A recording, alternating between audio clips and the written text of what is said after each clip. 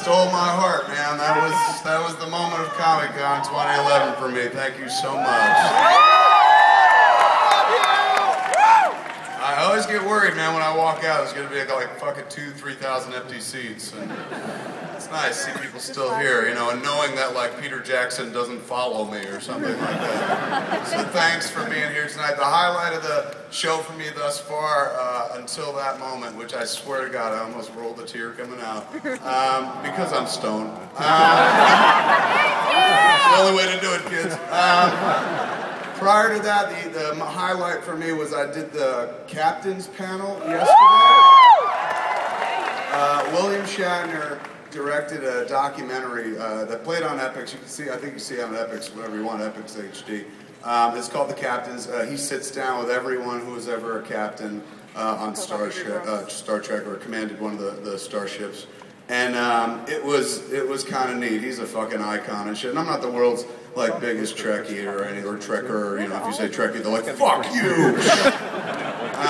So I'm not either of those things and stuff. But you know, if somebody says, "Hey, do you want to moderate fucking William Shatner?" You're like, "Oh, I would really like to moderate William Shatner." And I joined him on the panel. It was so much fun. But in the midst of the panel, there arose a moment where me, one of the biggest Star Trek 4 fans on the planet, because I love whales, obviously, I was able to fucking rock William Shatner with the line, "Double dumbass on you." And it was fucking huge for me. He looked at me like, "Where have I heard that before?"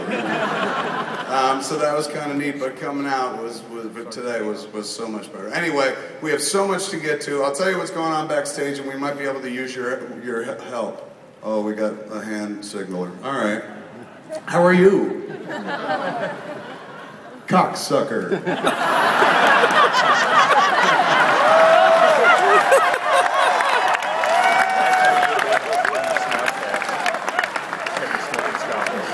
Let's rein it in. I know, there might be kids in the audience. Let's try this one. When Captain America throws his mighty shield. Yeah! What is this? You're like, the fat guy's just jerking off again, man.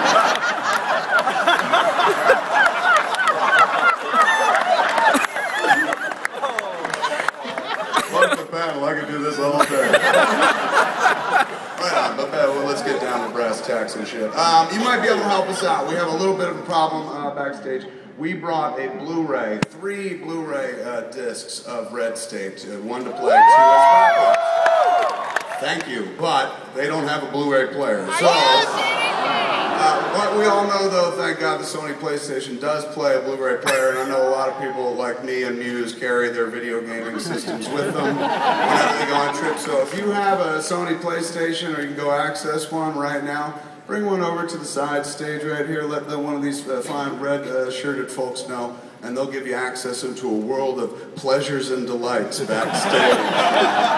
That's where you go backstage, see Patrick Stewart with a mountain of fucking Scarface-like blow.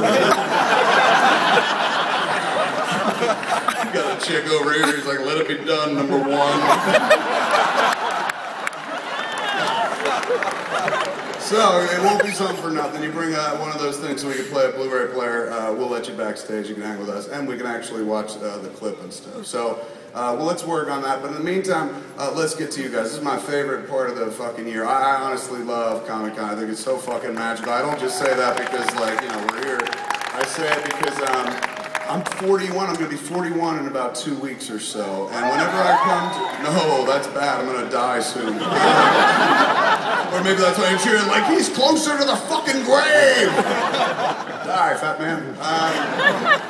But it's, at 41, man, you shouldn't be able to come to a place like this necessarily and lose yourself. And I do, it's neat. You come here, and it's, I don't know about anybody else, but at 41 I come here, I fucking regenerate once a year. Kind of like the 10th Doctor Who and shit. But it's at the end, I'm not like, I don't want to go. I'm like, I want to go back. Let's keep doing it and shit, which I guess was his sentiment as well. But it's a huge thing for me. I like doing this. I kind of get to vibe on a larger crowd that I'm used to dealing with and find out what you guys are thinking. So I got shit I'd like to talk about, but let's hear about what you guys want to talk about. I have no idea where the microphones are, but generally speaking, they're over here. Can we hit something? Are they? I can't really see. Can we hit them with a light over here? Where they can just ask me questions. Whoa, there you go. Right on, man. Illuminated and shit. Welcome, sir. You're going to be the first. Look at you. He looks like fucking Zod. We need some hula hoops around him. We're going to put you in a mirror and shoot you into space, motherfucker. Why did you do it? No. Welcome, sir. Welcome. Thank you for being my first question on Comic-Con. Look, if you're one of those people who's going to come at me and punch, let me just save you the time. I'm a big fat loser and a piece of shit. Okay, so once that's out of the way, let's get to the real nitty-gritty. Ask your question. First of all, you forgot about the 11th Doctor Who, which is me. And thank you. And my question is, you obviously talk about relationships a lot in your movies and shit, but I was just wondering, like, how you actually dealt with heartbreak and got over it in your own life. Oh wow, it's been so long since I've really had to deal with true heartbreak. I mean, there's heartbreak like, oh, cop out. But but generally speaking, like, I haven't had to deal with true heartbreak at all. Like, you know, I've been married for, it's going to be 13 years.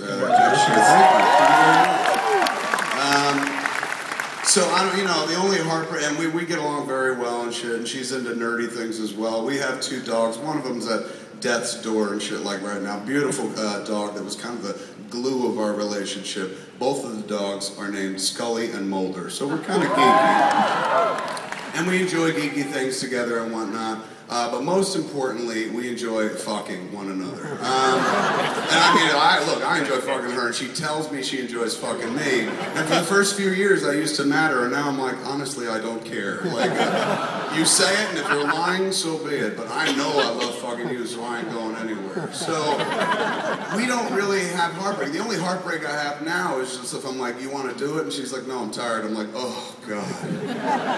How can I go on? You know, and then I go use a fleshlight. And we're finished. So what you're saying is I should get a fleshlight. Oh, hands down. Yeah. You don't even need to hear that story for me to tell you, get a fucking fleshlight. Look at all the chicks in this room. Every one of these ladies, they have maybe lie to you, every one of them has a fucking vibrator. They have your replacement standing by. You get yourself a fleshlight, man, get 2. You'll never need a woman again. They love hearing that too. Tell them all the time. Not at all. Thank you, sir. Thank you. Right on, man. Yes. Excellent.